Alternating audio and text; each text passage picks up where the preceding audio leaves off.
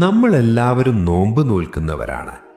എന്നാൽ ഈ നോമ്പുകാരുടെ കൂട്ടത്തിൽ ഏറ്റവും കൂടുതൽ പ്രതിഫലം ലഭിക്കുന്ന അള്ളാഹുവിന് ഏറ്റവും പ്രിയപ്പെട്ട നോമ്പുകാരൻ ആരാണെന്നറിയാമോ?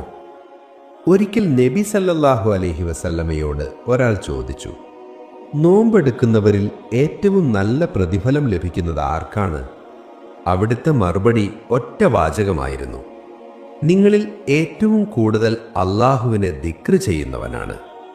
അതായത് നോമ്പെടുക്കുന്നതിനോടൊപ്പം നാവിൽ എപ്പോഴും ദിക്റുള്ളവനാണ് ഏറ്റവും വലിയ വിജയി. ഇതിനായി പ്രത്യേക സമയം കണ്ടെത്തണമെന്നില്ല. ജോലിക്ക് പോകുന്ന സമയത്തോ സ്ത്രീകൾ അടുക്കളയിൽ ജോലി ചെയ്യുന്ന സമയത്തോ ഒക്കെ നമുക്ക് ദിക്ർ ചൊല്ലാം.